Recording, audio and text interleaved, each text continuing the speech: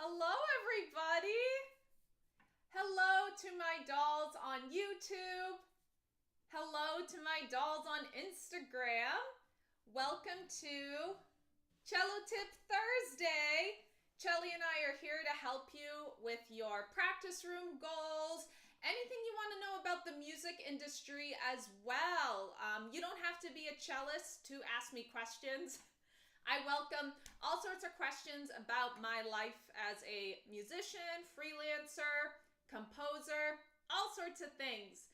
Whatever you are curious about, of course, in terms of doing the cello thing and being a freelancer. Thank you all so much for joining me. We are a little bit earlier this month, and I'm so happy and thrilled for your questions as always. So please use the chat. If you are new, you can submit your questions through the chat, and Chelly and I will demonstrate for you dolls any of your questions. Oh, I'm so happy on YouTube. It says happy to be here. Well, I'm thrilled that you all are here. You all are very special to Chelly and I. Every doll, all of you. You all are so important to us, and you give us encouragement for what we do. So thank you for being here. Let me just check on something. Okay, that looks good. Good. Yep.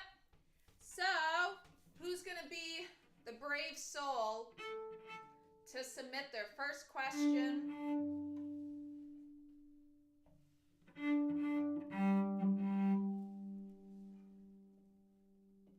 Also, for those of you who have seen, I've been starting a new cello cover series featuring a lot of music that's very nostalgic for me. A lot of stuff I listened to in high school and college, and I still listen to today. A lot of music outside of classical that's personally inspiring for me. And a lot of that, oh, thank you. I'm so glad you're excited about that. A lot of you have been asking questions about my electric cello. So even though I have Chelly here, I promise he won't get jealous. I'm also welcoming any electric cello questions you might have. And thank you for the hearts in the Instagram chat. That's so sweet. And welcome. Cello Tip Thursday. So, also feel free to share any practice room victories you had this week. Love to create a space for you all to share your own accomplishments as you've been practicing this week.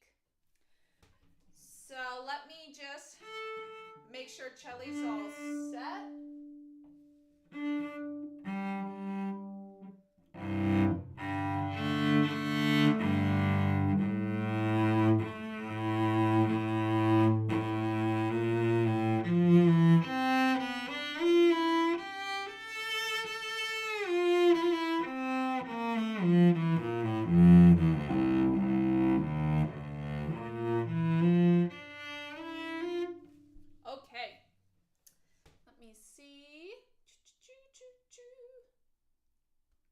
Awesome. Just keeping an eye on our chats. Awesome. And usually what we do for these is while we're waiting for a question, I will improvise on Chelly and perform some stuff for you all so that those of you who are watching get to hear beautiful Chelly in between questions.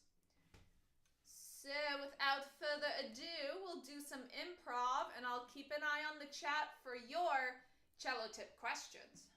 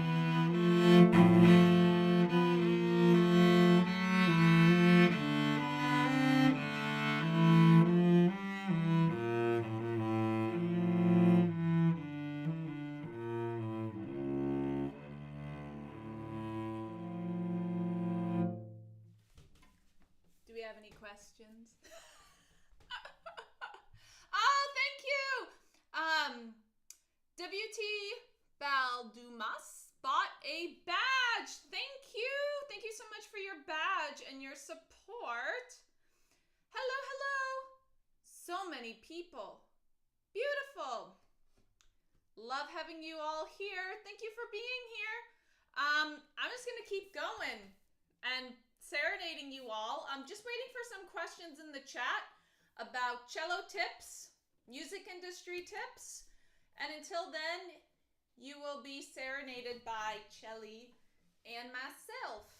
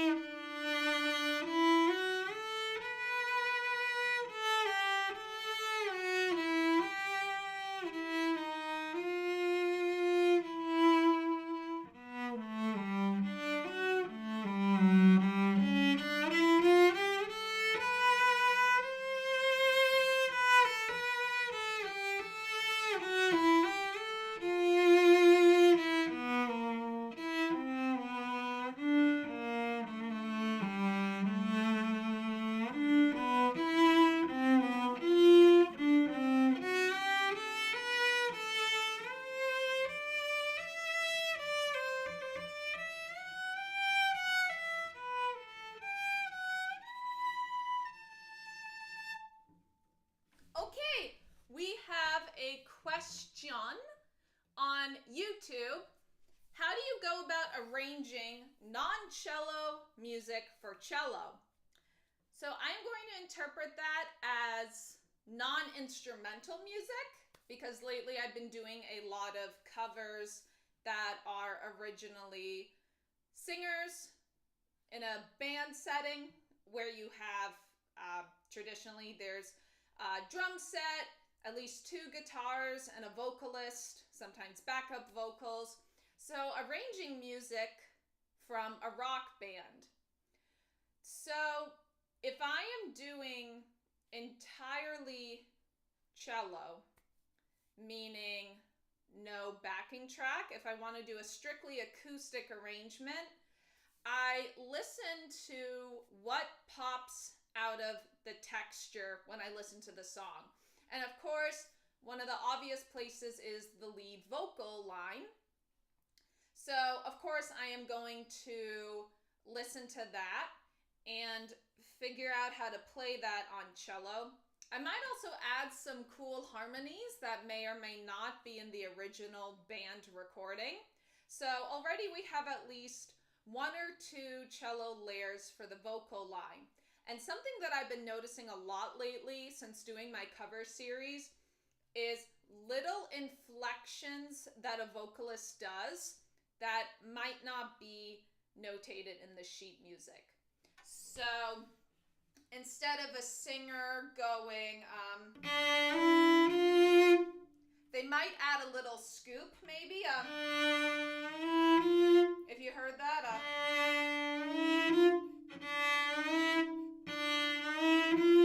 as opposed to something very clean. So I try to listen for little subtleties like that, or little embellishments that a vocalist might do in their style of singing. So that will affect maybe adding some grace notes or affecting how I shift. So I really do a deep analysis of the vocal line. And then I listen for rhythmic patterns in the guitars and the drum set. And that's something that's pretty cool, because if I wanted to do, again, a strictly acoustic cover where I only use cello, I might take some of the chord patterns that I hear and put them in the rhythm of the drums. So not only do you have that percussive rhythm, but you also have the harmony that you might hear in the guitar. So sometimes I merge what I hear in the guitar and the drum kit, unless they are a very, very unique and different. So I don't always merge them together, but that is something I tend to do if a band doesn't have a thick texture. So some bands have really thick textures. A couple that I really like, Muse and Evanescence. Both of those bands have really thick textures, and they often use piano, and they kind of create almost a symphony, but using rock band instruments, and their textures are very thick.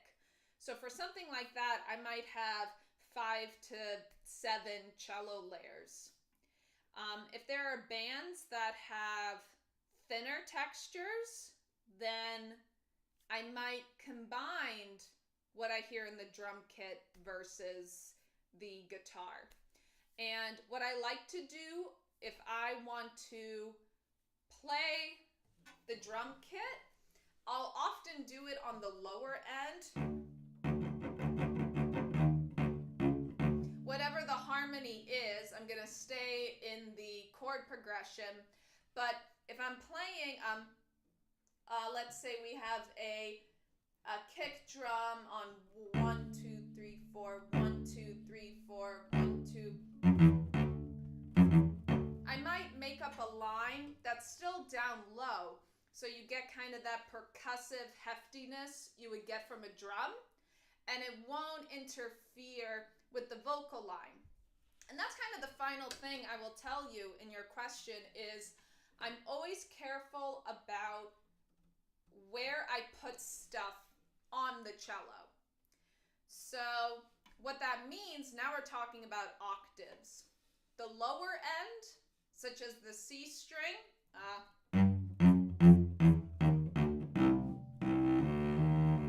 I tend to use that for percussive things because typically a vocalist won't go down that low.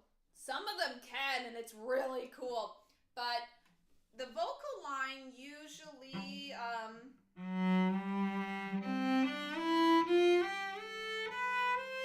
that's kind of the range of a lot of vocals that I've been covering lately, is from this F to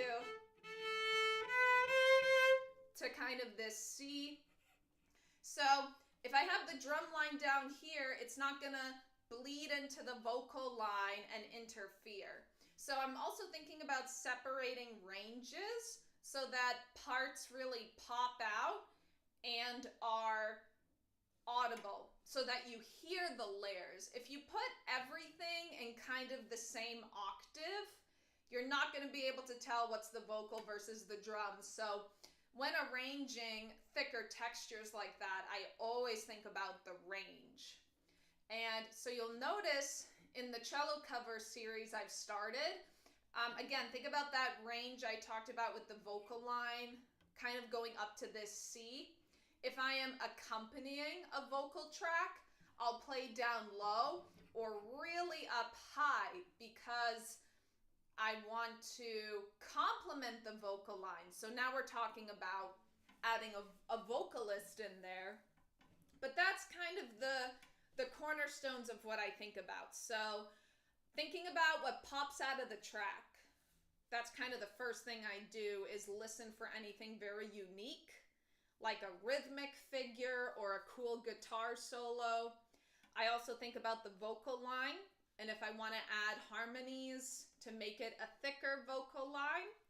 And then I figure out how to take care of the drums versus guitars versus backup vocals. Sometimes I merge the roles if I think it fits the overall sound. And lastly, I think about octaves, making sure I don't step on the melody or the vocal line by overlapping octaves. It's a lot of stuff goes into arranging. That's why some people, that's a bulk of their career is arranging stuff. It's really not easy, and you really have to think about a lot of things. So that is the quickest the quickest breakdown I can give you. So excellent question. And that was from YouTube, Shiitake the Mushroom. Thank you. Really fun name. I love it. All right. Let's check on the Instagram. I don't see anything yet. I see some hellos. Hello. So So it sounds like everyone's practicing is going perfectly this week. If nobody has any questions, your practicing is going immaculately, yes? No, I'm kidding. Don't be shy. We're all growing. I practice new stuff every day. What I can do, I'll also talk about some of the themes that I've noticed in my own practicing or my own teaching. So let's talk a little bit about that. So one scenario that I wanted to talk about is intonation and branching off of intonation, kind of left hand shape and left hand stability. Because you want, when you are in a position, first position, second position, third position, etc., you really want consistency. And one way your hand can be consistent is if we follow the path from your hand to your wrist and down your forearm into your elbow. And all of that is going to affect the consistency of your left hand shape. So there are kind of two cues you should keep in mind when you should really focus on that elbow and whether or not you are supporting. The first one is when you do a shift.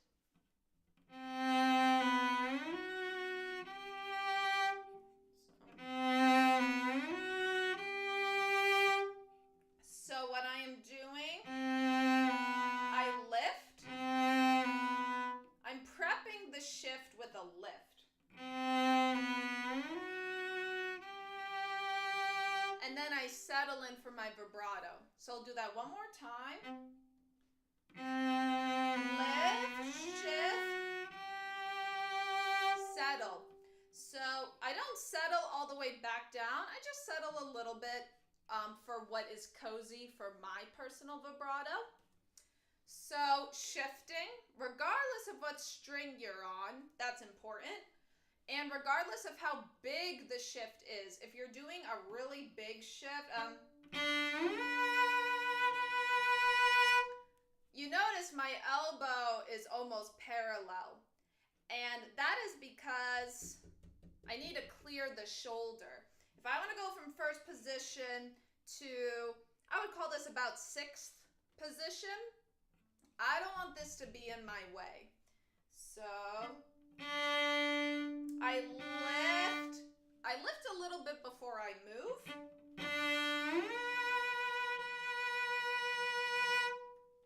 And it's a part of my shift. What I often see as people start to shift more is they move and then they realize, oh no, I'm too low, and they kind of lift it last minute, and as a result, your shift can't have a straight path. So think about the elbow as coming up and propelling your hand up the fingerboard. So wind it up, propel it up. There you go. That's a little mental cue to remember. Wind it up, propel it up. Wind it up, propel it up. And the second cue for your left elbow is when you are going to the lower strings. So if I am on the A string,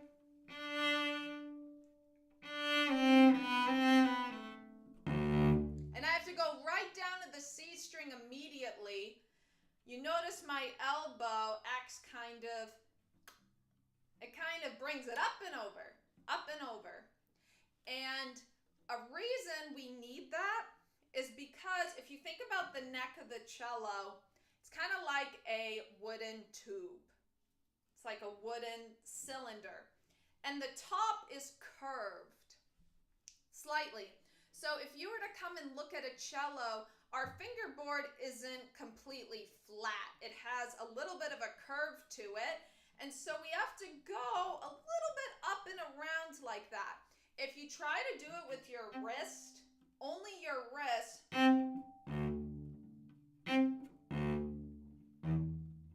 it's very uncomfortable for me. I already feel tension in my left thumb, things like that. So bring it up and over.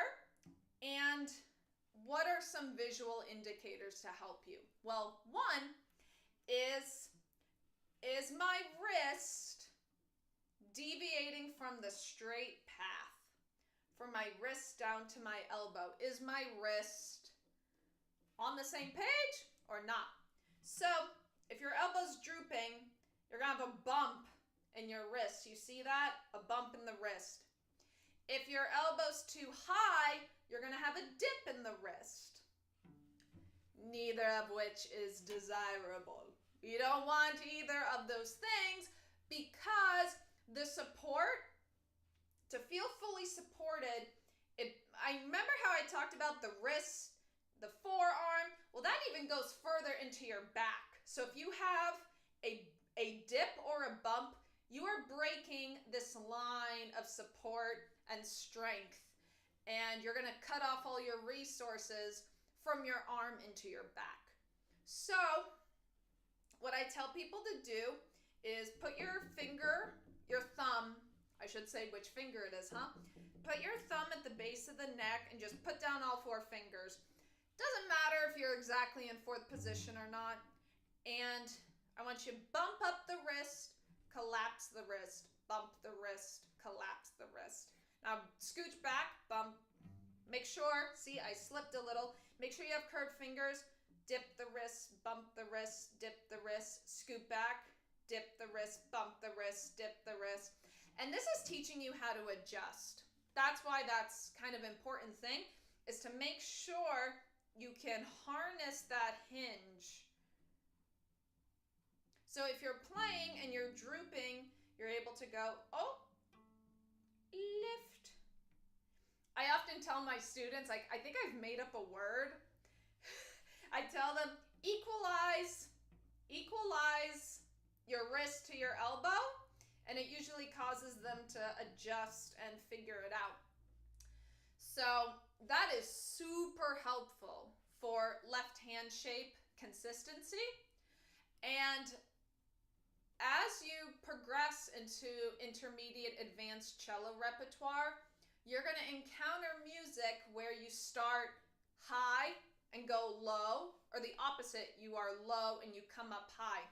And your arm has to adjust for each level. Regardless of what level you are in cello learning, you will play scales. So for scales, you start at the bottom and you go to the top, you descend to the bottom.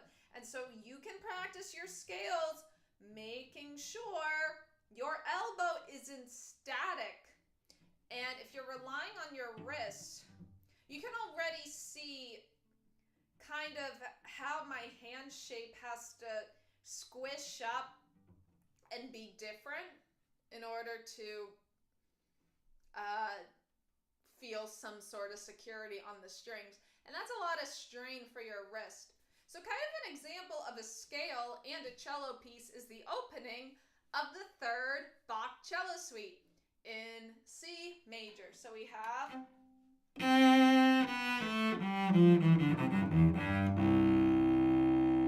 So one more time, starting up high, and then we come down low for an open C string. Starting on a high C, coming down to a low C, and everything in between. So.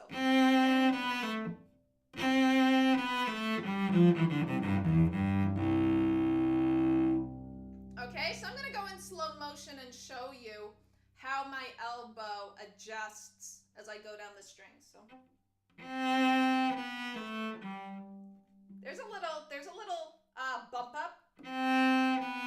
D string, G string, C. So I started from here and I went down here. And that is going to allow me to just follow my same left hand form. Yum, ba da da da da da da da da, and not have to really worry about micro adjustments. Okay? So when you have a shift, when you are going from a high string to a lower string, those are some big indicators to watch out for your left elbow.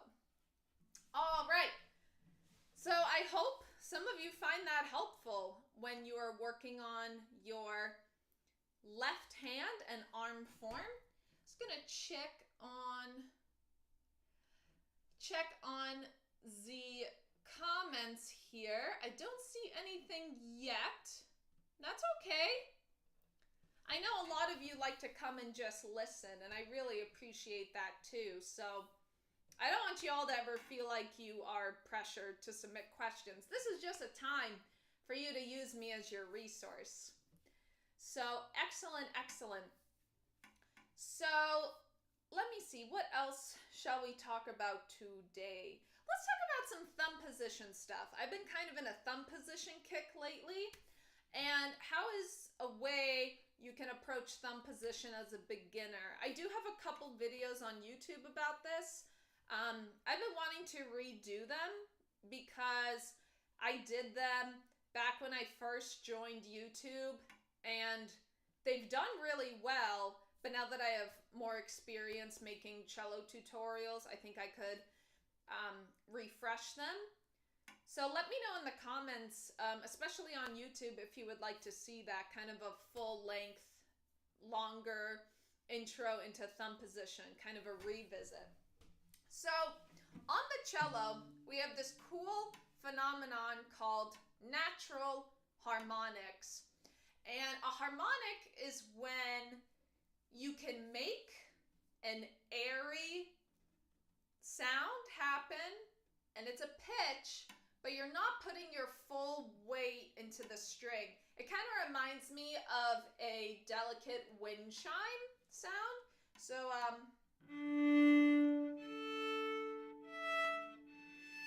so if you were listening to my improv earlier, I added in some of those because I think they're really fun.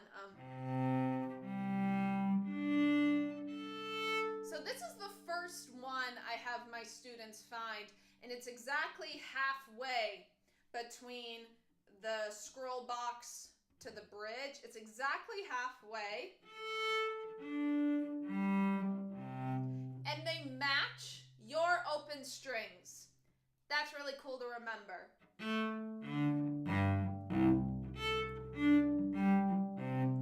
It's the same note, but it's one octave higher when you are on your harmonics.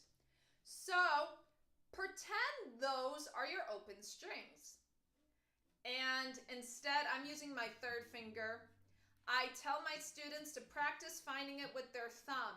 So again, you need that parallel elbow, super important, because otherwise shifting in thumb position is going to be really difficult for you. And you don't want to lean on the shoulder of the cello. This isn't like a bench for you to take a break on. You're not supposed to touch this with your forearm. It's very tempting, but don't do it. You will strengthen your muscles back here, and you won't even think about using it in the future. So I tell my students to find their thumb, and you are going to be playing on the outer side of your thumb. So if I'm holding up my hand like the number 5, it's the part that's out of on the outside of my hand. So if I were to take my 5 fingers and flip them and put them down, that's where you want to play on your thumb. So flip it, land it. It's that side. So I tell my students, put it on the D and A string and feel around. Find the harmonic. Just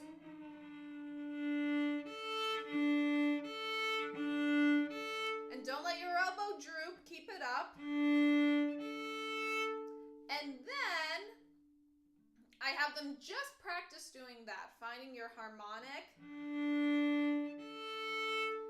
And you will know you are right in the correct spot if it sounds pure and clean. That's kind of one of the trade-offs of harmonics, is if you're slightly off, it's not going to sound good. I mean, you kind of hear it, but it doesn't sound good.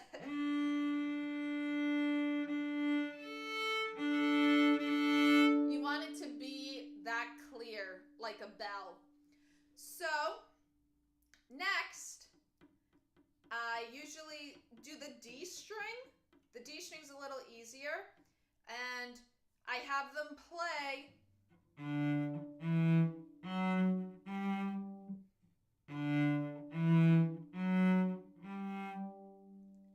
up the octave, starting with thumb.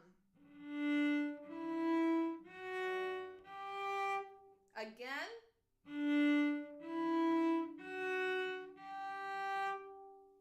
And it's the same material, just an octave higher.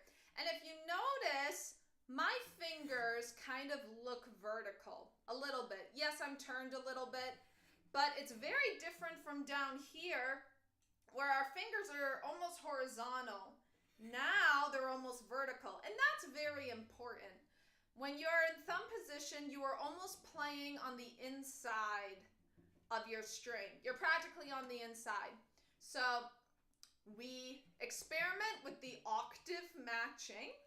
So again.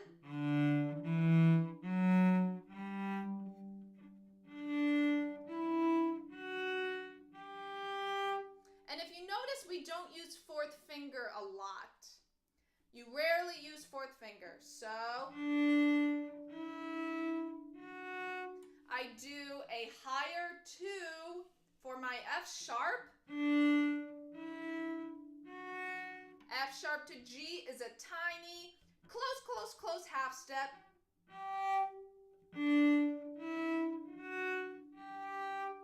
Okay, so that's pretty important. And we also do a plucking exercise where I have the student keep the thumb and we go. So we're not really focusing on a note.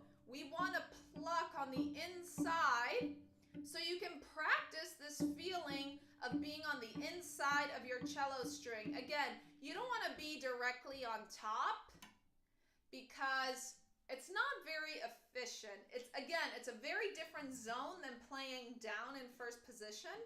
So we're in thumb position and we pluck and we pluck and we pluck. And then I have the student play that again. And when they put down the finger, they're gonna feel like they're about to pluck, but instead we're playing a note. So on the inside of the string. And that's pretty important because it is going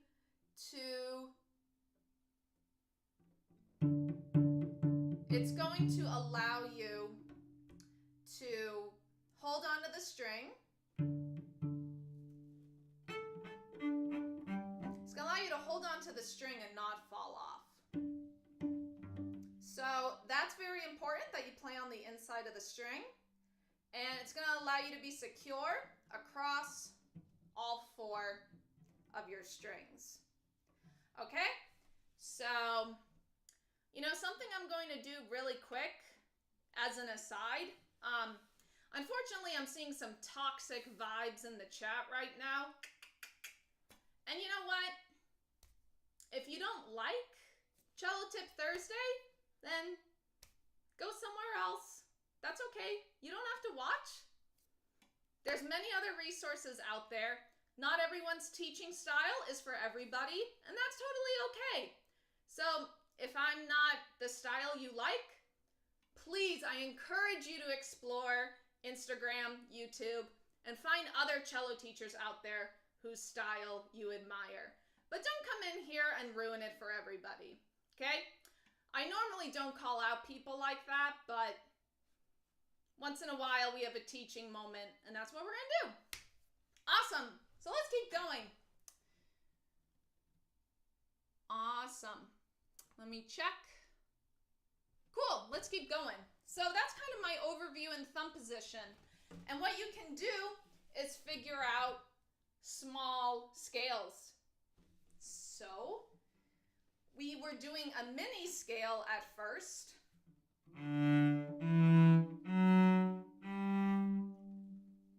Now think about what scale that is.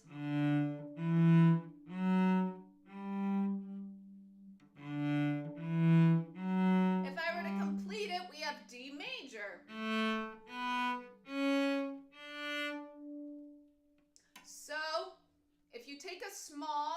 That's one octave, D to D. That's one full octave. Take that and try to do it in your thumb position spot. And again, octave to octave matching is super important. And it's going to really train your ear when you're up high and things are going very nicely. So.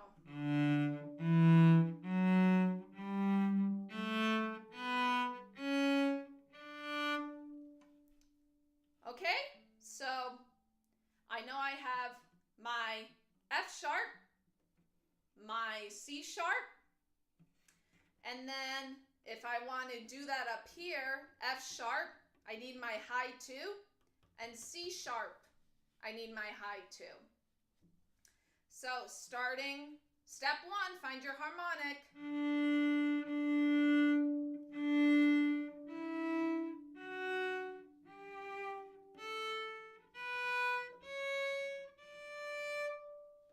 And that's your D major scale. Now, I've been playing for a very long time, so I know the fingering second nature. But if you don't, it's okay to go up there and experiment and train your ears. That is absolutely okay. So I'm gonna pretend like thumb position is new to me, and I'm gonna experiment and figure it out. So I know my D major scale in first position really well. So start with that.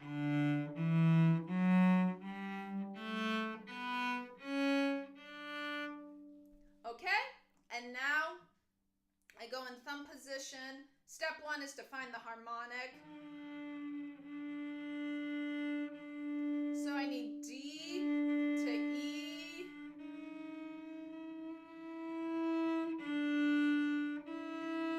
Okay, F sharp is high. That's my half step. I'm going to try that again.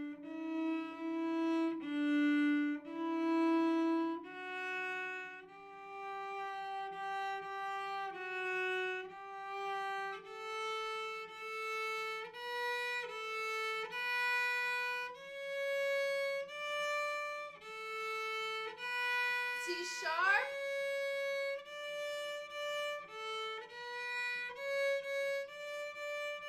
To D, that's my tight half step.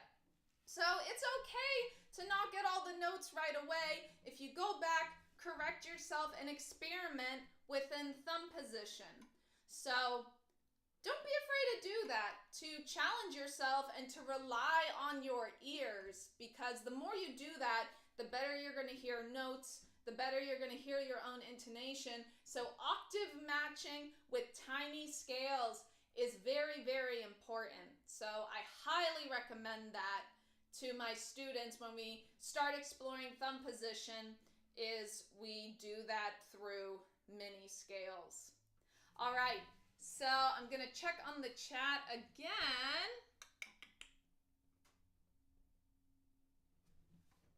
Okay. I don't see any questions yet. So I don't want you, please interrupt me with a question, my dolls. Please interrupt me, because this resource is for you, for all of you. But of course, I'm more than happy to keep going and talking about some trends and things I've noticed. So I'll keep going, but please interrupt me if you have a practicing question or a music industry-esque question. So let us talk about, let's kind of switch gears a bit and talk about fast playing. That's something that entices a lot of people. Y'all really want to play fast. And that's cool. But you got to know how to do it efficiently and in a way that avoids tension. That is very important. A lot of times when people cannot play fast, they are holding tension in a certain part of their body. It's kind of like if you think about somebody who has to do a sprint or a marathon. If you clench your leg muscles and try to sprint, you're not going to go that far. Of course, you need to have a solid form, but you can't be rigid. And so that's kind of a loose analogy for cello playing is, yeah, we're moving quick, but we are having a supple form, and we're trying to avoid tension. So in order to run, we have to walk, and in order to walk, we have to crawl. So step one with anything is slow practice. I know it doesn't sound very fun, but I promise you that's going to set you up well for some quick playing. So I'm going to actually use an example, something that I kind of like to use as a warm-up for quick playing is Popper Etude 27. Some of you dolls might be familiar with it. If you're not, it's an incredible one for left hand finger dexterity. Popper Etude number 27. And this one has a ton of chromatics. And what's a chromatic? A chromatic is adjacent half steps. So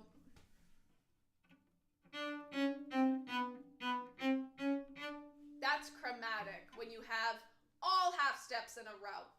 So if I'm looking at Popper 27 or anything that is faster, I play the part slowly first for intonation and efficiency in my shifts. That's very important.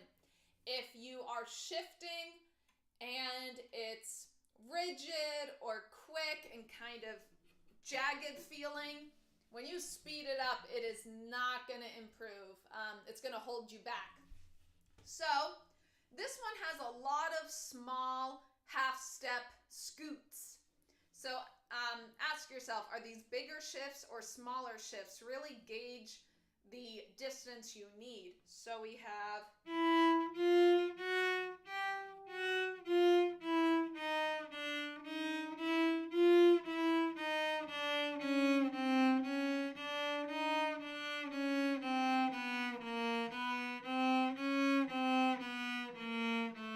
that's kind of that's the first line.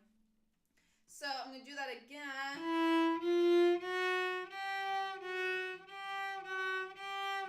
So I think about my hand as kind of pulling back, scooching back.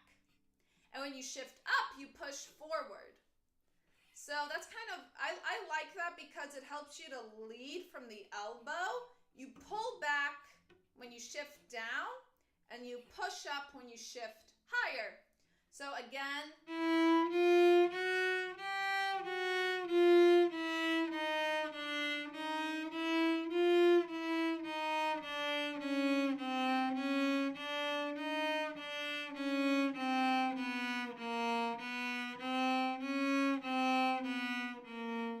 It kind of sounds like wow, wow, wow. You know that famous cinematic sound when something's very disappointing.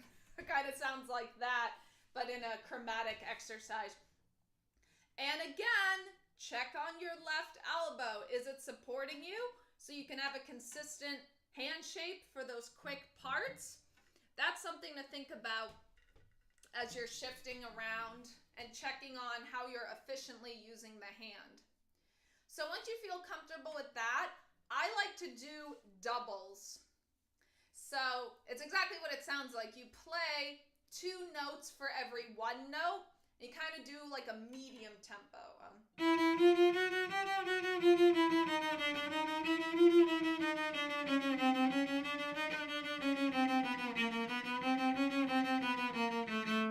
And you really want the transitions to be cleaner, especially. And I do a stop. So that's kind of part 2 of an exercise is you do the note doubles and then you stop right after the transition. And was that clean?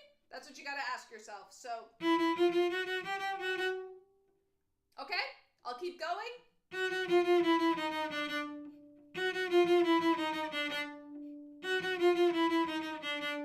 Keep going.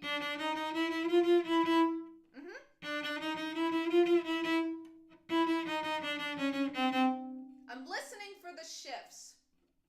There we go. I had to go a little further back.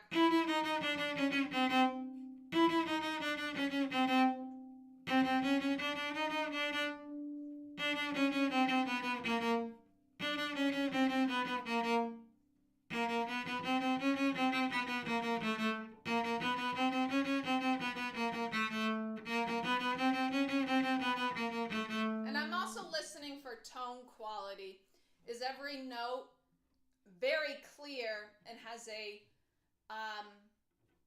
clear, present start to the note? So I'm listening for tone quality and transitions. In this example, the transitions are the small half-step shifts. In other fast music, a transition could be a string crossing. It could be changing the bow pattern. Maybe you have a lot of different rhythm combinations and you're getting tripped up when the repeating pattern changes. It could be a rhythmic change. So kind of figuring out what are the transitions and listening if they are clean. If they're not clean, maybe you're not heavy enough in the bow arm or your left hand isn't getting the support it needs. So lots of stuff for you to play detective and find out in your practicing. So I would take that double exercise and speed it up a little bit. So kind of from medium to medium fast tempo. So doop-a-doop-a-doo.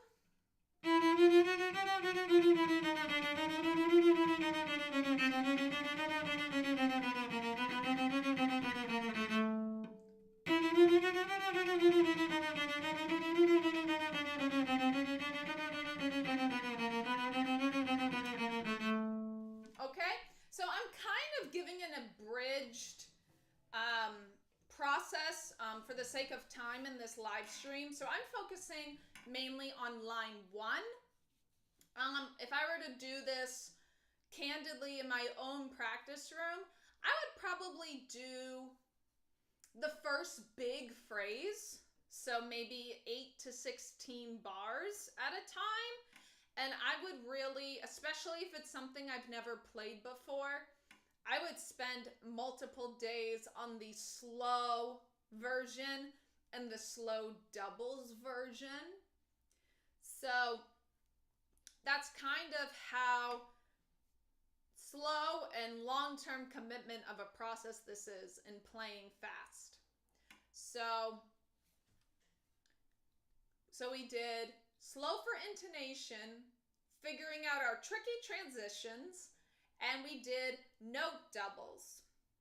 So next, you want to do medium fast singles in different combinations.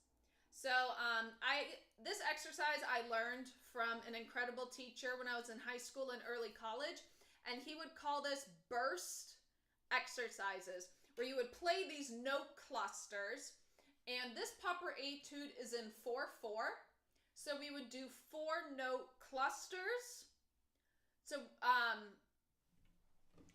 why don't I just play instead of talking about it to demonstrate? That's a great idea. So let's do it's constant 16th notes. So let's do every 4 16th notes.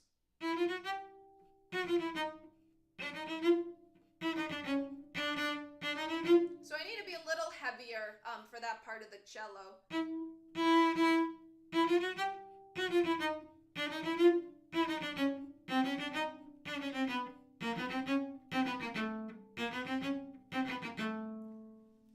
Doesn't seem too tricky, but now we're going to bump it by 1 note.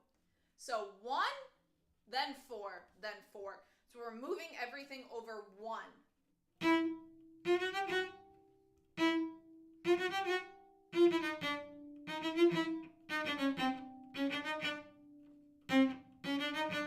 So I need to be a little lighter in my hand.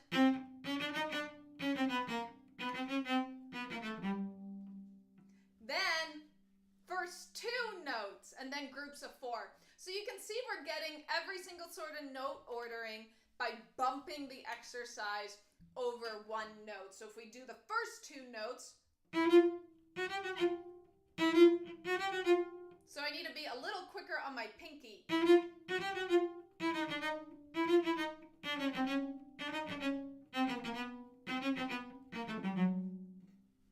And then you're getting the pattern. We're going to do 3 and then groups of 4. So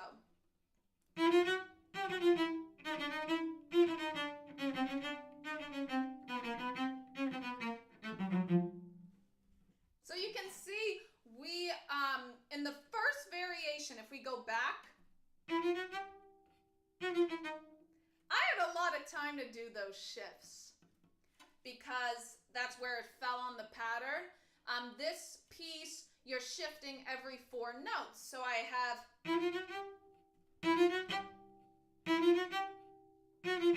shift, shift. You can kind of cheat. But when the minute you move it over, you don't have time for the shift because it's become in the middle of your 4-note cluster once you bump it over. Now I'm ending with my shift and I don't have that time in between sets.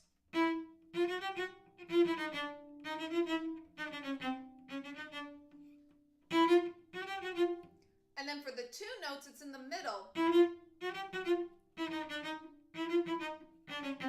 That's why bumping the exercise over one note is super, super crucial because it's going to have your tricky transitions in different parts of the exercise. And honestly, you could drill that for a really long time. And then you can do, bigger groups. You can do it by the bar. You can do it every 8 notes. So you can really have a lot of fun with that burst exercise. And those are some ways I like to break down fast passages and kind of the progression. And, you know, this progression of starting slow and ending in these fast bursts that become longer, especially if I had to bring this in for a lesson, I would try to pace it over a week. So maybe I'll do slow practicing for a day, day and a half. By day 2, I would be in medium tempo with doubles. And kind of by the 5th day, I would want to be pretty fast, and able to play through it. So, you know, adapt the method for how many days you have. But again, it is so crucial that you start slow. If you just try to jump in and be fast and you're playing super inefficiently, your bow arm is hiked up, you're squeezing your left thumb. I am psychic and I will tell you your teacher is going to tell you to slow down because it's really hard to work with that because there's so many things holding you back. And if you are slow and efficient and then you hike up the speed, it's going to feel so much easier for you in the long run, I promise. All right, my dolls, thank you so much for joining me this week for Cello Tip Thursday live stream. I hope you heard some things that were helpful or going to be helpful for you in the upcoming week. Again, I know we are meeting a little earlier than usual in the month. So thank you for those of you who came. And, you're most welcome in the chat. Thank you for being here. And so grateful that you all come out and watch these. And you're most welcome. So I hope you heard something helpful. And I will see you next month. To give you a little tidbit, next month is actually my birthday. It's coming up really fast. And my dolls, it's a big one. It's going to be the big 3-0. 30! Oh my gosh, 30. What happened? very exciting. It's very exciting.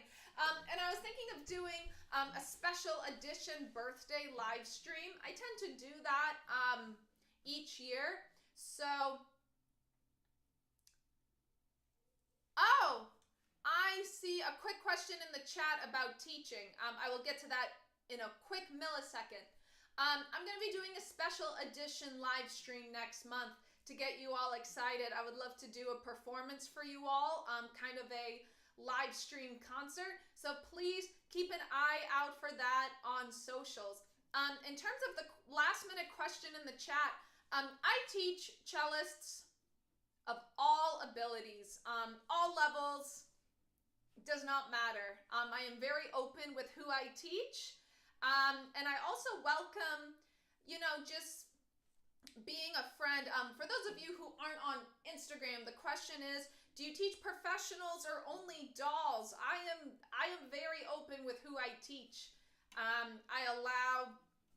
I've worked with people who have never touched an instrument to people in college and so forth. So I teach all levels. And even if one thing that's very common among professionals is if you are getting ready for, let's say, an audition and you're out of school and you want to play for somebody in your peer group for some feedback and advice, that's an awesome thing professional players do, is we play for one another and get feedback. So absolutely, I teach people of all levels. So if you're interested in that, you can send me a direct message or you can email me at thecellodoll@gmail.com. All right, my dolls, thank you so much. We will see you next month for a special edition live stream. And in the meantime, happy practicing. Bye.